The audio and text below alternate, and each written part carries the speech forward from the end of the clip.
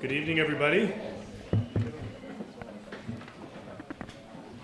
I'm Matt Levitt. I direct the Counter-Terrorism program at the Washington Institute for Near East Policy and have the pleasure of sitting on the board of advisors of ICT and of being the moderator for today's panel.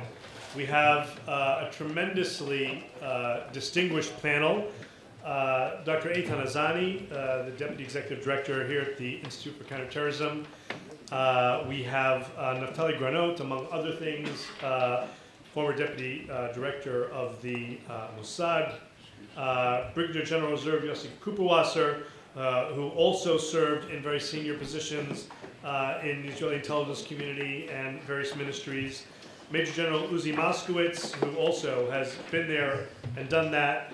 And Dr. Magnus Ranstorp, who before anybody else who wrote a book on Hezbollah, like myself many years later, wrote the first book that we all referenced on Hezbollah. Before we get to the subject at hand and discuss whether or not or when there will be a Third Lebanon War, I'd like to ask Cooper to come up and say a few words in memory of Lieutenant Colonel Emmanuel Moreno, in whose memory we are holding this event and whose family is here today. Thank you so much for the opportunity. This session is really in memory of IDC alumni, Lieutenant Colonel Emmanuel Moreno. And I have here with me a few words that Advocate Colonel Reserve Lauder, who became a little bit famous recently, wrote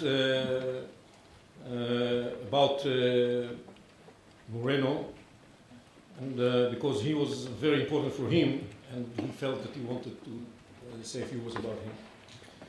Emmanuel was born in June 1971 in France to Sylvia and Shlomo, who made Aliyah with the family to Israel when Emmanuel was 1 year old. Emmanuel was raised and educated in Jerusalem at the Advanced Army Preparation School, and in 1990 he was recruited to Israel's top commando unit, Sayeret Matkal, reaching the rank of lieutenant colonel. During his military service, Emmanuel was trained for sensitive missions on Israel's front, requiring special and rare skills. Emmanuel participated in many secret operations, including the operation to kidnap Mustafa Dirani in Lebanon and the operation to free the taxi driver Eliyahu Goral, who was kidnapped by Palestinians in 2003 in the area of Ramallah. During his service, Emmanuel completed a law degree at the Interdisciplinary Center, the IICC in Herzliya. He lived in Moshav Tlamim in the Lachish region and was a husband to Maya and father to 3 beautiful children. Emmanuel was killed in a special combat operation in the Baalbek area in the valley of Lebanon on August 19, 2006, at the end of the Second Lebanon War. Due to the sensitivity of his military service in the IDF as well as in the Israeli security agency, the Shabak, the publication of details relating to him is severely hindered, and his picture cannot be published. It's one very unique case. In April 2008, the head of the Intelligence Directorate issued a commendation to Emmanuel for his many years of work for the security of Israel and for his participation in operational activities during the Second Lebanon War. Emmanuel was a man of many good deeds and great spirit, a man of humility and virtues, a modest man. Emmanuel was a true friend who loved his surroundings, his country, and the Torah. At his funeral, which was carried out in the still of the night to honor a holy fighter who had passed away, his commander eulogized him in the following words: "If the IDF is the best army in the world, and Sayeret Matkal is the best unit in the IDF, and Emmanuel is the best fighter in the unit, so Emmanuel must be the best fighter in the world." In his memory, his beloved family founded a non-profit organization named Bederchei Emmanuel, in Emmanuel's way, which conducts educational programs for youth engaged in the love of the people of Israel, the land of Israel, and the Torah. May his memory be blessed.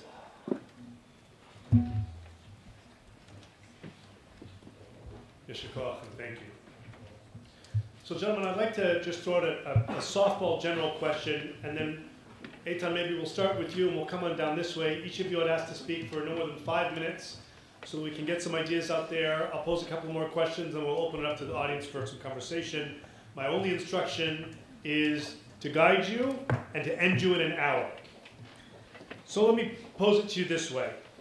The IDF, I understand tomorrow, is about to complete the largest drill of its kind in 20 years in the north, purportedly preparing for another war with the Hezbollah, perhaps Hezbollah and other Shia militias, basically a Third Lebanon War.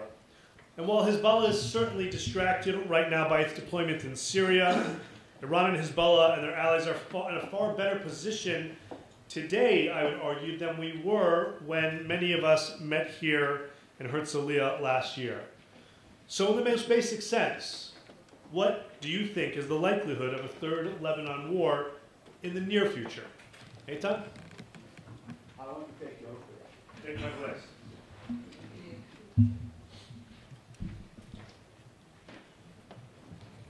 Okay, thank you very much, Matthew. And I want to discuss some topics regarding the likelihood of the Third Lebanon War. One of the things that we need to bear in our mind is since the Second Lebanon War, Hezbollah, Iran, and Israel are preparing themselves from the next war between these three actors. These three sides don't have an interest now to open this kind of war, but during this period of time, what we have is psychological warfare campaign between all the two sides. The main idea of this psychological warfare is to find a way to postpone the situation of war between these two or three actors. In reality, the mutual deterrence stayed on the ground, and we don't see a situation of Israel and Hezbollah entering into the Third Lebanon War immediately.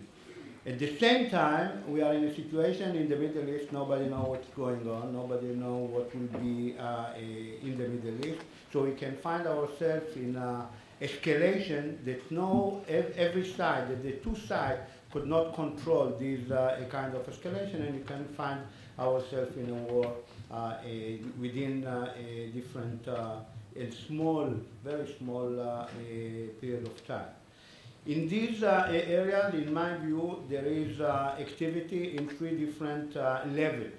One is the strategic level of Hezbollah and Israel, that everyone wants to establish his strategy to achieve a victory in the next campaign.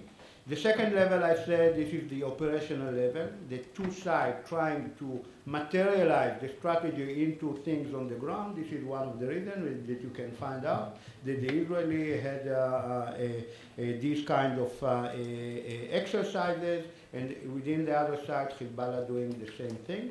And the last component is the psychological warfare, that the two sides that try to promote their psychological warfare on the ground.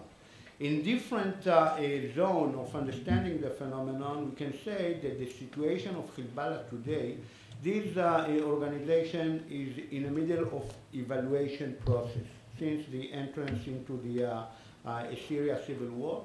And it's the evaluation process. He takes himself from the local actors into being regional actors, and from the level of being an organization that, or resistance that defends Lebanon to an organization that has an offensive mindset. And he, during this time, he has operational experience during the operation, new weapons that this organization have, establishing new units within this arena, and find the places that he has a deployment and capabilities along the Golan Heights front. On the other side, what we can say regarding Hezbollah, that they have their own constraints. Some of the constraints, this is the Iranian control over the strategic managing of Hezbollah, the Russian interest in Syria, and then when you become more and more stronger and you have more and more units, you are exposed to attack that was carried out by the other side. So Hezbollah has more targets that can be attacked. And on the other side, Hezbollah is a Lebanese actor at the end of the day, so we have an internal a pressure from the Lebanese society. One is the public opinion within the Shiite community. Second is the political system in Lebanon.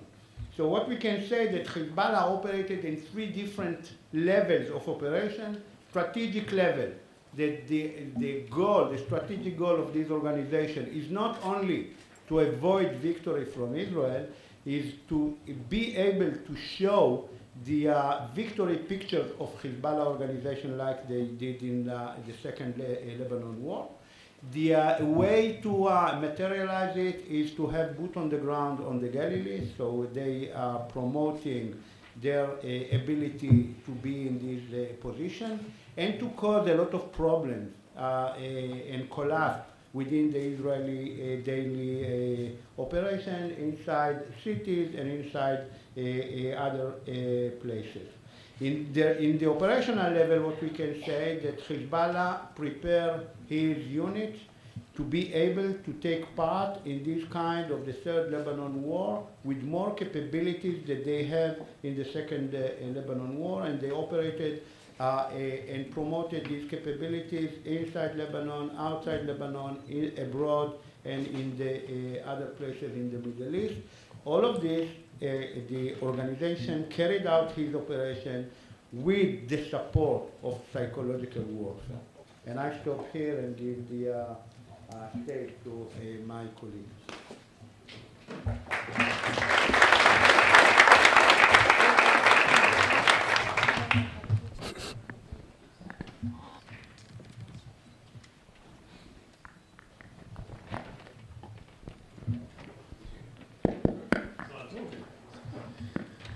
Hi, thank you. I'll take it from here with your permission. I had a rough day at work. Thanks for having me. I'll try not to repeat what Eitan has just said, because there is not an identity, but I would say some similarity in some of the elements or components or factors mentioned by him. I think that when one tries to assess or to estimate likelihoods or probabilities, which is a more scientific term for likelihoods, he has to look upon the escalation supporting or contributing factors and try to confront them, try and look upon them vis-a-vis the more restraining factors. Now, what I will try and do throughout the next couple of minutes is slightly artificial, because I will try and isolate the question that was posed by the moderator from the general context of the Middle East, the changes that took place and are taking place within the Middle East. And I will try to artificially separate them and speak upon the escalation contributing vis-a-vis the escalation, I would say, oppressing type of elements, escalating elements or components. The first I would like to note is what I call the Cuba effect. 55 years ago, the US almost went to a nuclear war. If I recall right, Curtis LeMay even wanted seriously to nuke the Soviet Union, over the Soviet Union posing some missiles, nuclear missiles, one has to say, 100 miles from the shores of Florida. Now we have Cuba. We have Cuba. Now the only thing is that this is not a nuclear Cuba, but this is a Cuba which is not 100 miles away from our shores. This is 100 yards from our shores. That means that potentially there is a danger, potentially there is a sense of threat, and this is what I call the Cuba effect. It has a psychological effect upon the public opinion, and upon stakeholders and decision makers. This is a factor which, in my opinion, cannot be ignored. Secondly, there is always the phenomena which is also, I would say, psychological in origin or in nature, and this is the gun's effect. The gun which appears on stage at the first act must, or at least has a good potential of being operated or being fired at the third act. Thirdly, there is always the miscalculation effect. Without going into details, and this might sound a little bit surprising or even dismaying to some of you, the fact that Israel, and this is a good thing, has a much superior level of intel penetration into the Hezbollah than the other way around, in a way, and this is a little bit absurd if you come to think of it more deeply, this is not as absurd as it may sound on the first place. The Hezbollah drives, I would say, a great deal of his knowledge of what is going on in Israel from sources which are, to say the least, not the most reliable ones. This might cause a miscalculation, and of course there is a difference in culture when an Israeli minister, sometimes even a higher decision maker than a PM, makes a statement, then the other side thinks that this, oh my God, this is the government's position, this is what they're going to do. But this is not the government's position. This is a member of one coalition party who makes a statement, and he cannot be fired by the PM because this is a coalition and this is a parliamentary type of a government system. So a miscalculation, I'm not saying that this is immediate, that someone makes a statement and immediately afterwards 100,000 missiles and rockets are being shot, but this can cause, I would say, a slippery slope which might lead to a miscalculation. And fourthly, I would say that there always is a sporadic event which is not contained by the two parties. There is an event, this is a local event by the border, and someone makes a reaction, and then there is a retaliation, and then there is a retaliation to the retaliation. There's the slippery slope. In my view, these are the four main factors which are, or factors or elements which are escalation supportive.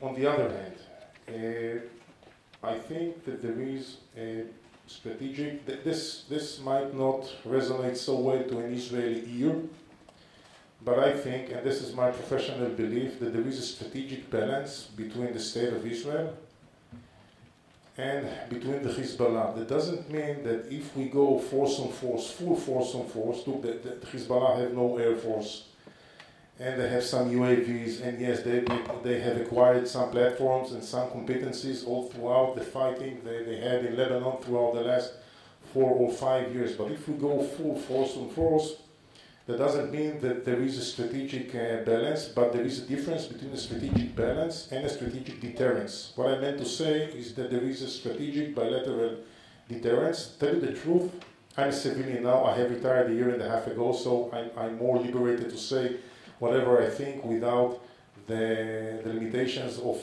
having a duty officer might have. I'd say that bilateral deterrence and balance, as overviewed by two sides, has a stabilizing effect. In my. Secondly, Iran. Iran might have an escalating contribution. I'd say that when I try and analyze Iran and try to forecast its strategic expansion trends or propensities or aspirations in the next couple of years, if they want to have a strategic expansion, they need, I would say, a tactical calm or a tactical quiet. So I'd say that at least a couple of years ahead, and yes, the Middle East is a very dangerous arena to make any kinds of forecasts or to have any kind of expectations, but at least in the next few years, they are concentrated in a strategic expansion. They have, of course, some internal challenges. So that in turn ensures, in my opinion, tactical calm. Thirdly, there is, of course, the public opinion. MAD, mutual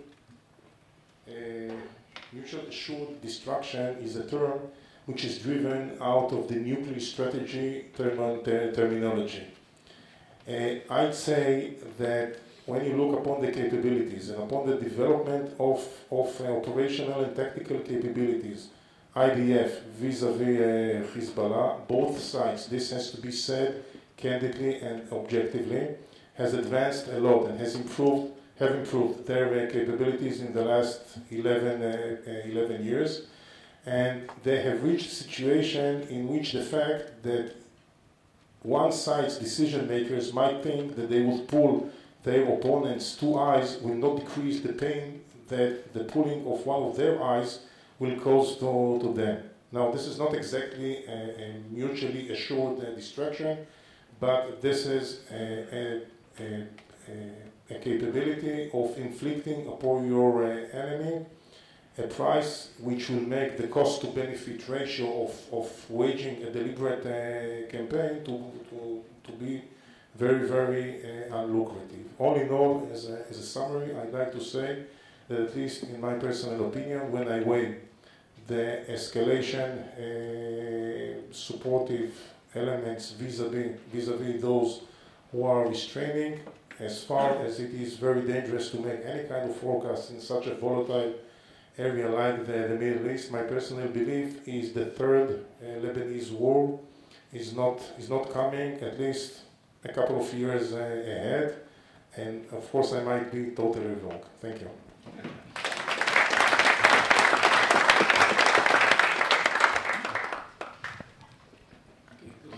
Good evening. Again, first of all, I want to correct something about Magnus writing the first book. Eitan and me, we wrote the first book in the intelligence back in '87. The first one was accessible to the rest of us.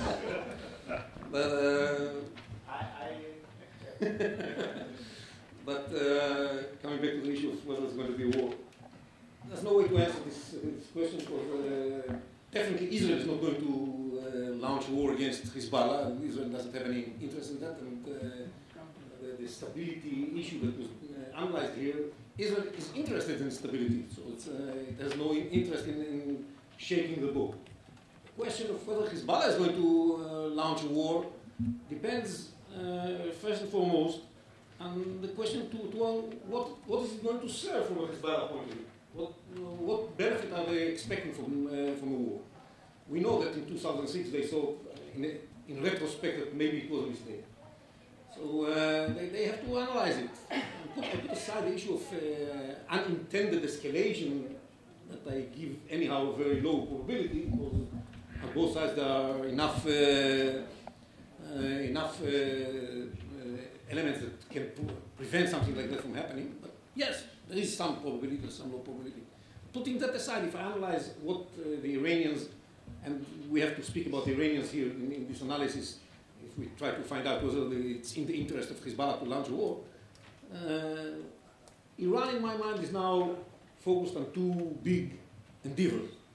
One is to get closer to the sunset of the nuclear agreement, because the nuclear agreement is set to enable Iran to have a big arsenal of nuclear weapons in 13 years.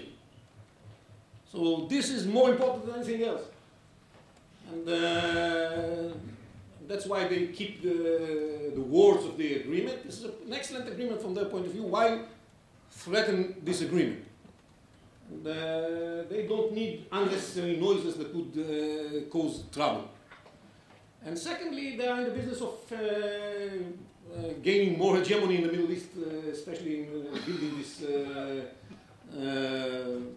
crescent, Shiite crescent from Iran to Lebanon. And they're working and everything is going fine until now. Why shake the boat on this issue as well? So I don't see what is the incentive of Hezbollah as an Iranian surrogate to do something that may cause trouble. The main purpose of the Iranians together with Hezbollah right now is to build the capabilities to hit Israel really hard if something goes wrong with the nuclear plan. That's the issue. If something goes wrong, then my entire analysis can change. it's a different story. And it's not that Hezbollah is doing exactly what Iran wants it to do. It has its own interest, but in Hezbollah's identities, different identities that fight each other in Hezbollah's mind, or in Nasrallah's mind, if you like, the Lebanese identity is also a very important identity that is keeping him away from launching an attack, even if the Iranians want to push him there. But right now, there's no such tension, because from every aspect, he doesn't need a war right now. He's just focused on building the capabilities, and he's doing a relatively good job. He has a lot of weapons. The Iranians are coming into Syria, turning Syria into an Iranian,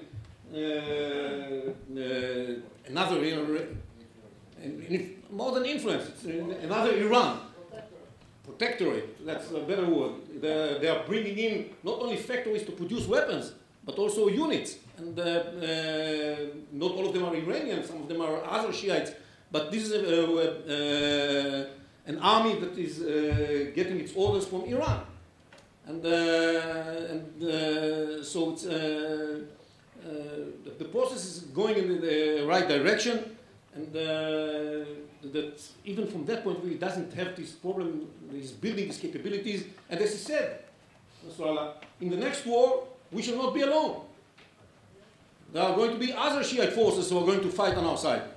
Because they are here. They are accessible. And it's a different war.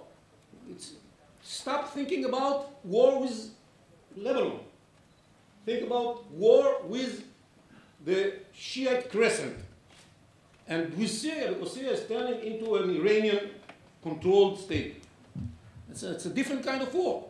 So, and Nasrallah has to adopt to the new situation as well. He was the king of the mountain until now, king of the hill. But now Soleimani is much more than he. And, so what can we do about it if we want to make sure that even though they're trying to get stronger, they don't want to launch a war? First of all, we have to keep working on our deterrence. It has been working quite well for the last 10 years, 11 years, and we have to keep working on that. And then we have four major messages. You were talking about the exercise. We have four major messages to Hezbollah in order to convince them not to do anything. And all these messages have to be real if we want them to really carry the kind of impact that is expected. First, the next war, we are saying, is not going to be just about being victorious. We don't want to be victorious. We don't want to re-establish a situation like the one that prevailed after the last war. The next war is about decision. That is the message of Israel. It's about decision. So Lebanon is going to look like, or Hezbollah is going to look very different after the next war. We have to be able to follow this, but I hope we are. That's why we have exercises. Secondly, this next war is not going to be over about Hezbollah. This next war is going to be about Lebanon. Because Hezbollah today, with General Aoun and everything else, is so well integrated into the Lebanese government that when we next fight Hezbollah, we fight Lebanon. That's a very important message because Hezbollah, as I said, there's a Lebanese identity, it has to be committed to. Third, you are going to be much less successful in your attempt to hit us. You think you have 100,000 rockets and you can cause us a lot of damage? This was the story of the past. Now we have active defense and other capabilities that will make your ability to hit us much less than what you think you have. That's the third message. And the fourth one is that you have become so big that you have become much more vulnerable than you were before. By becoming a military organization and not a terror organization, not only a terror organization, you still keep your terror capabilities, but you are now a military organization on top of your being a terror organization, that makes you much more vulnerable, and we can cause you a lot of damage because of the change that you are going through. And on top of that, the last message, not from the exercise, but the last message deliver is that your program of becoming so strong and taking over Syria and building the infrastructure and building the industries and so on, that is not going to be as successful as you want it to be. Because we keep to ourselves the freedom to act in Syria against your efforts of armament, gaining these special capabilities that will change the world. And we are, in the past I used to say, according to foreign sources, but now I don't need to say that anymore. According to the Israeli Air Force commander, we conducted so many attacks in Lebanon just in order to make sure that Hezbollah doesn't get to where it wants to get. So probably manages to filter through some of the weapons, but not as much as they wanted. So depending on all of that, I think that we can keep deterring Hezbollah. We can. The question is what happens if, for example, in October, President Trump decides that he is moving away from the agreement. That's something that you cannot, that's a new situation, and we shall have to convene again and discuss as well. Just a side remark. Can someone from the organizing committee please turn on the air conditioning? This is coming really congested over here. Well, good evening. The title of this session is Third War in Lebanon, not if, but when. And indeed, some Israeli commentators believe that such a war is inevitable. Well, I share my colleagues here opinion that both Iran and Hezbollah have no interest whatsoever at the foreseen future to provoke Israel and to get into war, which will have regional effects. Let me start with Hezbollah without repeating what has been said before. If you remember, Nasrallah, immediately after the Second Lebanese War, said that had he known in advance the amount of destruction caused to the South Lebanese villages and to the Dakhya, he wouldn't have initiated in the first place and authorized the kidnapping which led to the Second Lebanese War. Nasrallah currently is preoccupied with the war in Syria, and I think that we all understand that although he declared victory a day before yesterday, it will take a few more years until the picture in Syria will stabilize, and he will have to keep or maintain his forces in Syria for the foreseen future. Nasrallah has no, in my view, he has no interest whatsoever to take a risk of seeing once again hundreds of thousands of Shiite villages from South Lebanon hitting the road, fleeing northwards towards Beirut, or the Dakhya being destroyed again by Israel.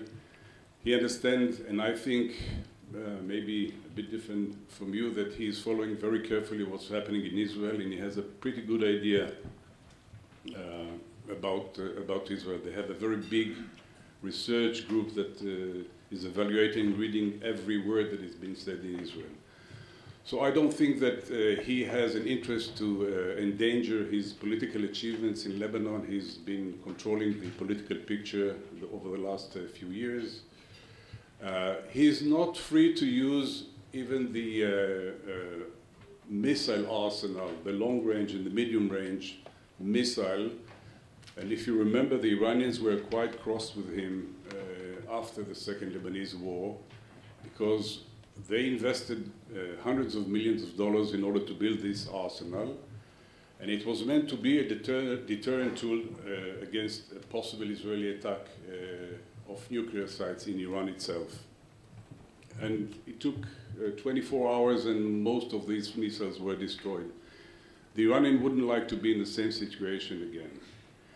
Now, Nasrallah Indeed, I mean, the Hezbollah forces gained a lot of combat experience in Syria, and they've turned into a small army.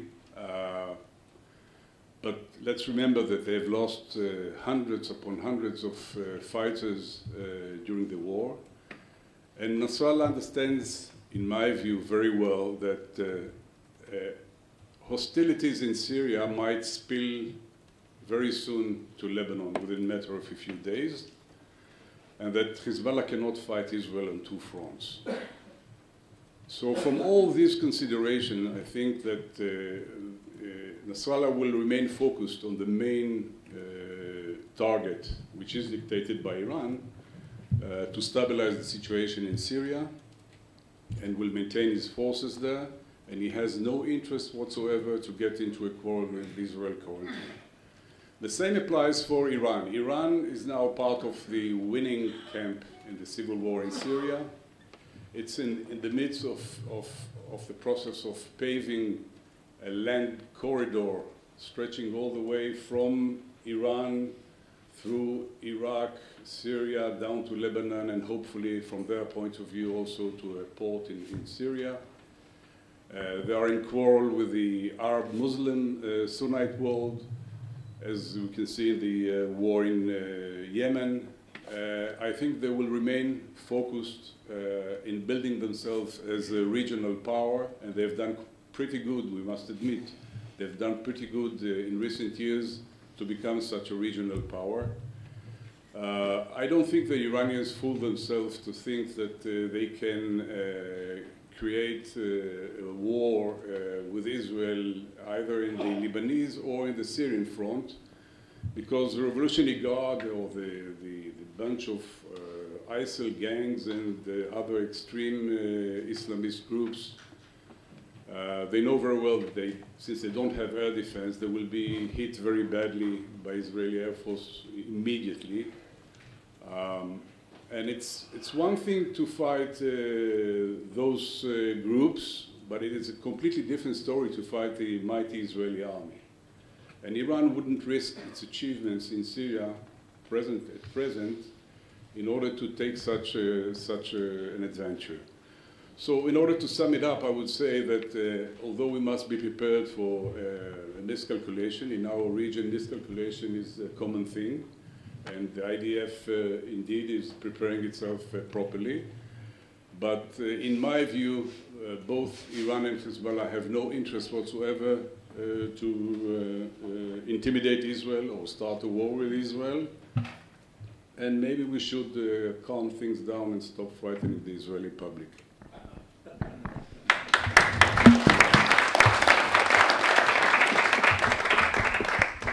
Thank you. It's quite difficult for me because I'm the only one not privy to operational information on the situation, but also, so this is sort of like a suicide mission to comment on this issue, but maybe. I just wanted to say that, I think I agree with most of what has been said in relation to what are the likelihood, what do you see in terms of the analysis out there from those who are outside of Israel looking into this issue. I was always reminded, and I think that you were saying that it's dangerous to do forecasting. And Sir Mark Allen, who used to be a very senior civil servant at the outset of the Syrian civil war, he said to me at a conference sometime, he said something that stuck with me. He said, to understand that Syria and the region is like playing three-dimensional chess underwater with all the pieces moving simultaneously. And I think that is, there is no way really to forecast. And what has been said in terms of the analysis on the outside of those looking in, from journalists, from others, is exactly the points that has been made here, that it is probably going to be miscalculation or unintended escalation that may be driven by instability in Syria. It may be that Hezbollah may react to maybe the necessary Israeli interventions on arms, weapons manufacturing sites, etc. That it will be probably driven by that, and that it's driven in large part, I would say, by Iran's regional desire hegemony. Some have called Hezbollah the Iranian Blackwater, because it is everywhere. It has its tentacles and it's overstretched. The funding as well, I think, is an issue in relation to its men having perished in Lebanon.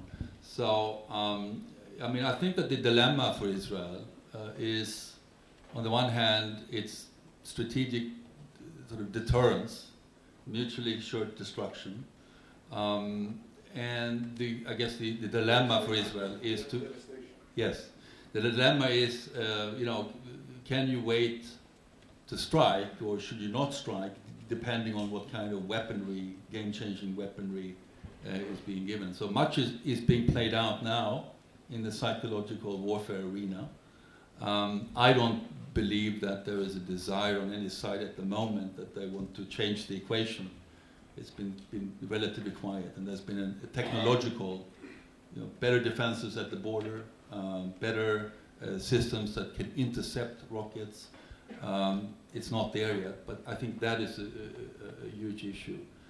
I remember just a few years ago, before this was, you know, when everything was occupied in Syria, that some observers in Lebanon were talking about Hezbollah trying to prepare to have sort of rushing the border inside of Israel, the communities, taking the Galilee as a propaganda victory, because, but also, I think that the longer time progresses, the more the Israeli technological dimensions and pinprick responses progress. I think that is more unlikely. So I don't foresee in the future that it will be, you know, a deliberate effort to try to change the equation, unless something changes for Iran.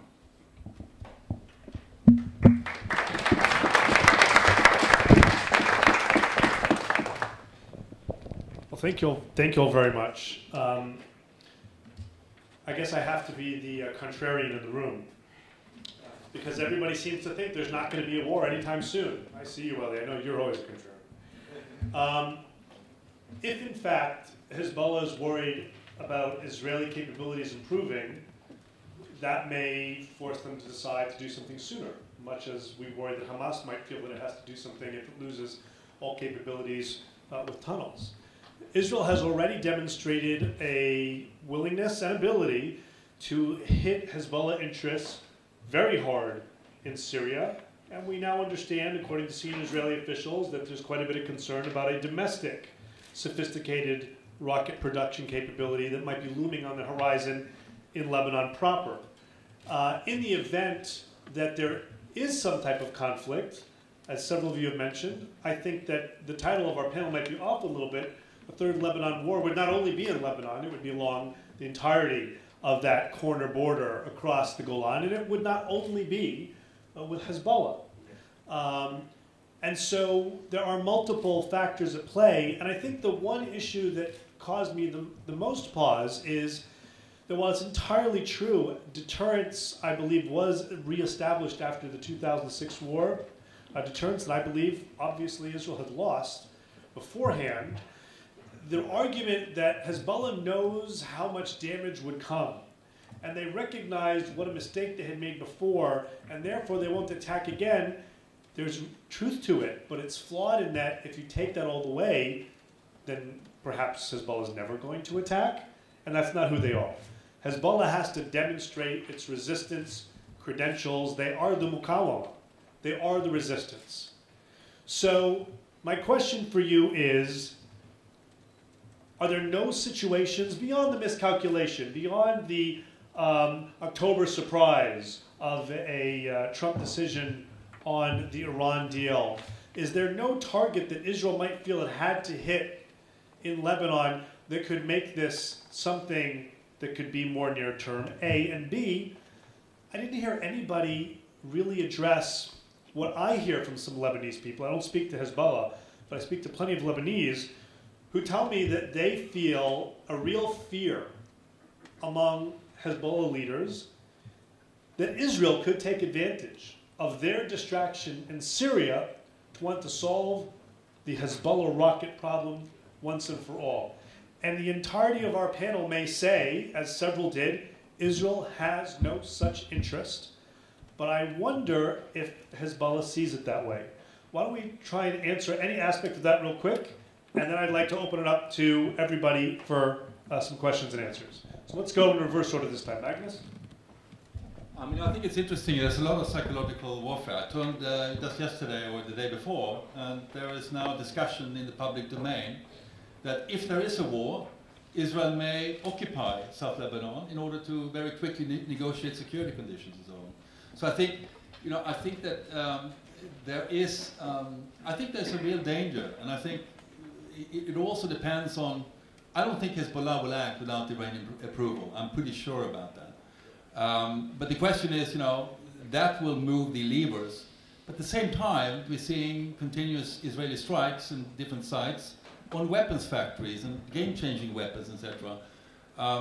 So I think that for now it will remain the same. But it's interesting that the signaling is that maybe Israel will initiate, and it maybe is in Israel's interest to project that in order to keep the front quiet, because I think that the measures.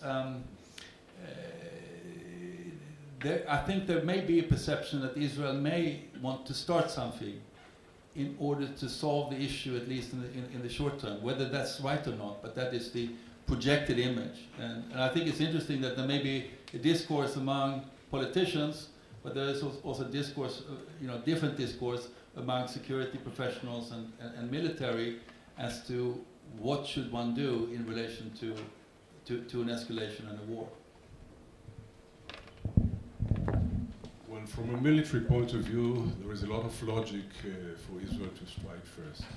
It's quite clear, because once the war has started and hundreds or thousands of missiles are being shot at Israel, then we're in a very complicated situation, no doubt about it. So there is a lot of logic military-wise for Israel to strike first, and I'm sure that Nasrallah is suspicious about the Israeli intentions. So I'm not a commentator on Israeli political affairs, and I wouldn't like to predict what the Israeli government would do, but I personally don't think that Israel has any interest to launch a preemptive strike against Hezbollah. I think that the current deterrent, which has been maintained for 11 years, serves Israel pretty well, and we'll have to wait a few more years before we take a different course. Well, first of all, I think that the deterrence is working because it is touching the sensitivities of Hezbollah. Its commitment to Lebanon. They cannot afford to do something unless something really immense happening, and you refer to their resistance nature. Yes, it's another part of their identity, but they have other ways to express their commitment to the resistance through, for example, right now, better cooperation with Hamas, and other ways of saying, yes, we are committed to resistance, even without launching a war against Israel. And then from Israel's point of view, there's no interest in that, of course. I don't think that this is going to happen. That said, the one thing that may change the equation is if they manage, as you mentioned, to bring the industry of weapons into Lebanon. Because as long as we attack in Syria, it's one way of handling the matter. This is sort of rules of the game say that Israel can do that, and the Syrians can shout and say that they're going to retaliate, but they don't have to. If we find ourselves in a position where we have to act in Lebanon, the rules of the game are quite different. So in the past, in the context of the last 2 years, there was one case in which we attacked something in Lebanon, according to what the way Hezbollah interpreted that, and probably they were right. And there was a retaliation, and such retaliations you never know how they are going to end up. It may be contained, Usually there's a good chance that it's going to be contained, but there's also a possibility that they are not going to be contained. So this idea of bringing the industrial capabilities of Iran into Lebanon itself is extremely dangerous. And it may change the equation a little bit. But apart of that, I don't think that we are on the verge of such. One more. Just one more word. Just from an Israeli point of view, the really challenging thing that Israel has to be preoccupied with is what is going to happen on the Palestinian side. We have to be focused on the Palestinian side because of the possibility that Abu Mazen will disappear soon. That's what we have to be worried about. Grab it while you can.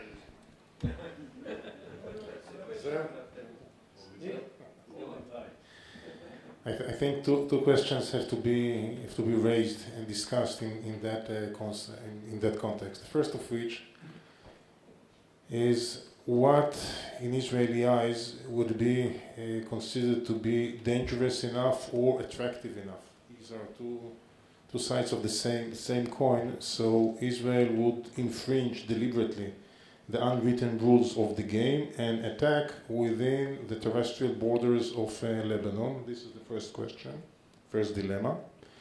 And secondly, and this is not an orthogonal question, it has a relationship to the first one, is our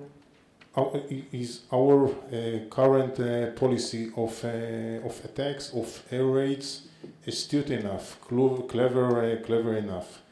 And in that regard, I'd like to offer three general observations. First of which, I think that the Hezbollah would make a grave mistake, would make what eventually will prove to be a grave mistake if it will establish some stationary missile production infrastructures in Lebanon, hoping to gain some immunity because of the unwritten rules of the game, instead of having this elusive and evasive convoys trying to make the way throughout the border passages, because it might gain some immunity, but eventually, in Israeli eyes and history of Israeli decision makers, proves it to be so true. Eventually, once it reaches a critical mass in regards to potential jeopardy or a risk or hazard to Israel,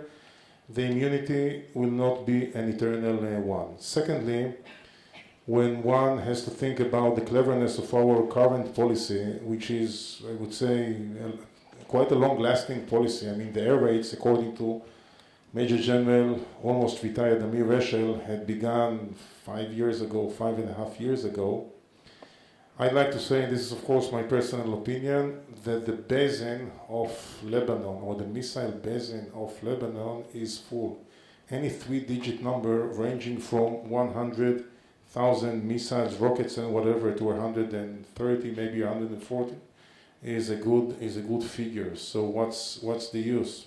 What's the use of trying to endanger the understandings or the infringement of the unwritten rules of the game if you want to prevent, I don't know, a sharp rise from 131,500 to whatever. I think you get my meaning. The last observation I'd like to offer is the fact that although 35 years have passed, and this is a very long time in, I would say, within the political arena and within the memory of a nation, it's not such a long time within the Israeli public opinion when it comes to what I call the 1982 stinge, the fact that by many parts of the Israeli public and the Israeli political parties at the time, the reasoning in which Israel went to a whole war against Lebanon were not considered to be, I would say, candid and honest until, or at least their disclosure to the public. Yes, this is a stinge. This is a limit to what decision makers and stakeholders can do eventually. I mean, there is a huge difference between declarations and deeds.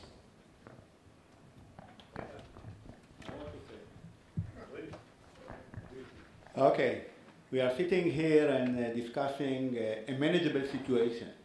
But the situation in the Middle East, nobody can manage it. So although we are talking about having a deterrence equation between us and Hezbollah, nobody knows how things can develop with escalate in this area within days, not within weeks or months, within days. Only one operation that caused an escalation on the ground, and we find ourselves not in a war between us and Hezbollah on Lebanon land. We will find ourselves in a war between us and the regional area, because Hezbollah operates also from Syria. There are other Shiite groups from Syria. So we need to be in a situation that we should be prepared all the time to any escalation that could be on the ground, although the two sides don't want to escalate the situation, but it's not manageable. All right, I'd like to open it up to the audience for a few questions before we conclude it. I do want to conclude on time because everyone is invited to a cocktail and concert right after this, so we are what's standing between you and music and beverage. So we'll take 2 or 3 questions together. I'll ask the panel, we don't all have to answer every question, so we'll take here and here and here, and then we'll see if we have time for quick questions, no speeches, please. John from Paris. In 2014, there was a lot of pressure from the Israeli public and politicians to expand the Gaza more than the military wanted to. Is there a danger if the Lebanese and Hezbollah were to hit some Tel Aviv apartments, there would be enormous public pressure or political persons putting pressure on the IDF to retaliate and thereby fall into some kind of trap to escalate? Before we answer, let's take 2 more questions. Yes, sir? Surprised nobody talked about the elephant in the room, and that is what about the Russians? It's going to be an all-out attack in that. Talk about the Russians, you didn't listen. You are my defender, you didn't listen. Okay. What about the Russians? All right, G-Man. Yeah, the other elephant in the room that wasn't talked about is the wall that's being built between Lebanon and Israel. And as that wall is being built, that's a point of potential conflict. I'd like you to comment on that as a potential area of escalation. All right, anybody want to take on the Paris question 2014? Cooper does. No, nobody here I think is an expert on Israeli public. That's really a tough issue. But yes, there's going to be pressure. Every war is fought now for a long time under pressure from the public. The public allegedly wants the military to be more decisive, wants the government to take more harsh measures. In this case, in my mind, the leadership is already expressing readiness to take harsh measures. They don't need any encouragement from the public. But yes, if the point is, everybody in Israel has already made the necessary preparation in his mind to a war with Hezbollah. We all know, yes, there are going to be a lot of casualties, there are going to be a lot of rockets falling all over the place.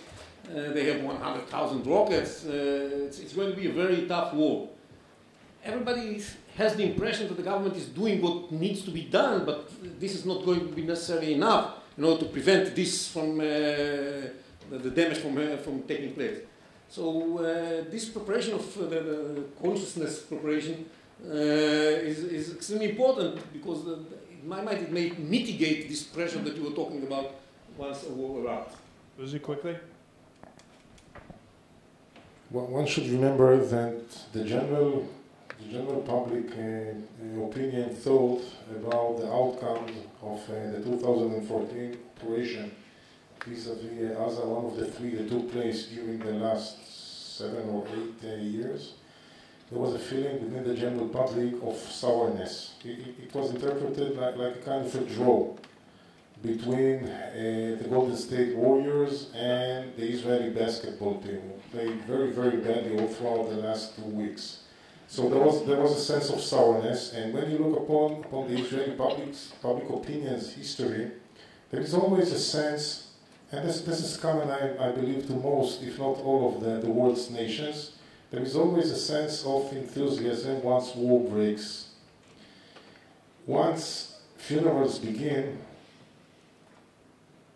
there is a change of views, and in that regard, this is my concluding remark, one must keep in mind that in Israel, still this is a mandatory service or a compulsory service. This is not a professional military in which you say, okay, that there are funerals, but these are professional soldiers. They took upon themselves the risks and the hazards of getting killed. These are our boys and girls. This is a mandatory service. So this counts. This counts. Other Russians? I would add briefly that the important thing is not what will Israel do, but what Nasrallah thinks Israel might do. And Nasrallah is, I'm sure, convinced that once he starts launching missiles at Israeli cities, he leaves no alternative to the Israeli army but to stop it at any cost or any event. So that's the important thing. What does Nasrallah think? Not whether the Israeli public opinion will pressure the government, yes or not. It's less important. Are the Russians a factor in whether or not there will be war in the near term? Eitan says no, and says he already talked about it. And the issue of a wall, Lebanese-Israel wall, is this a factor in a major way? A minor one. A minor one. Okay. We got time for two more questions. One? Yeah, so there is one more scenario which I don't think was addressed and I think becomes more realistic. That in Syria, the Iranians will push forward and establish the crescent. And Israeli Prime Minister just said a few days ago, if that will happen, Israel will take the initiative. And if that will happen, it's not going to be only a Lebanon war, it's going to be war Lebanon plus the whole north. So what? So he said so. Yeah. Pardon? So he said so. Politicians talk, I think, is what they're trying to say. But that doesn't mean that it will necessarily be so. And I think that what you heard from our speakers before also is that Iran also may not want, at this point in time, necessarily to go that far, that bold, and invite this type of response. Ladies and gentlemen, we are not going to be what stands between you, music, and beverage. Please join me in thanking these excellent panelists.